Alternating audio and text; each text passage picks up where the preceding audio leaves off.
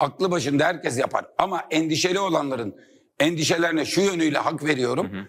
Süreci kötü yönetiyorlar ve öyle bir noktaya geliyor ki düne kadar en ağır sözleri söyleyenler bugün öyle cümleler kuruyorlar, öyle travmalar yaratıyorlar ve bunu vatandaşa doğru anlatmıyorlar. Yani bunun vatandaşa doğru anlatılması lazım kardeşim. Böyle olacak. Bunun sonunda da Türkiye şu avantajları elde edecek diye. Ama bunu bir parti kendine çıkar için, bir ittifak kendine iktidar için falan. Efendim CHP masadan kalksın, Kürtleri kaybetsin. Masada otursun, Türkleri işte Türk milliyetçilerini kaybetsin. Ben Türk milliyetçilerine de çok saygılıyım. Ne Türk milliyetçilerini üzecek bir şey yapabilirim, ne de Kürt düşmanı olabilirim.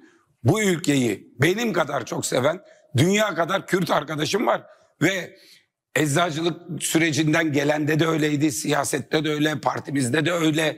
Partimizi çok geçmişte kalmış kalıplara sıkışıyorlar. Yani benim parti meclisimde örneğin Sezgin Tanrıkulu da bizim parti meclisimizde görev yapıyor. Emine Hanım görevi yapıyor.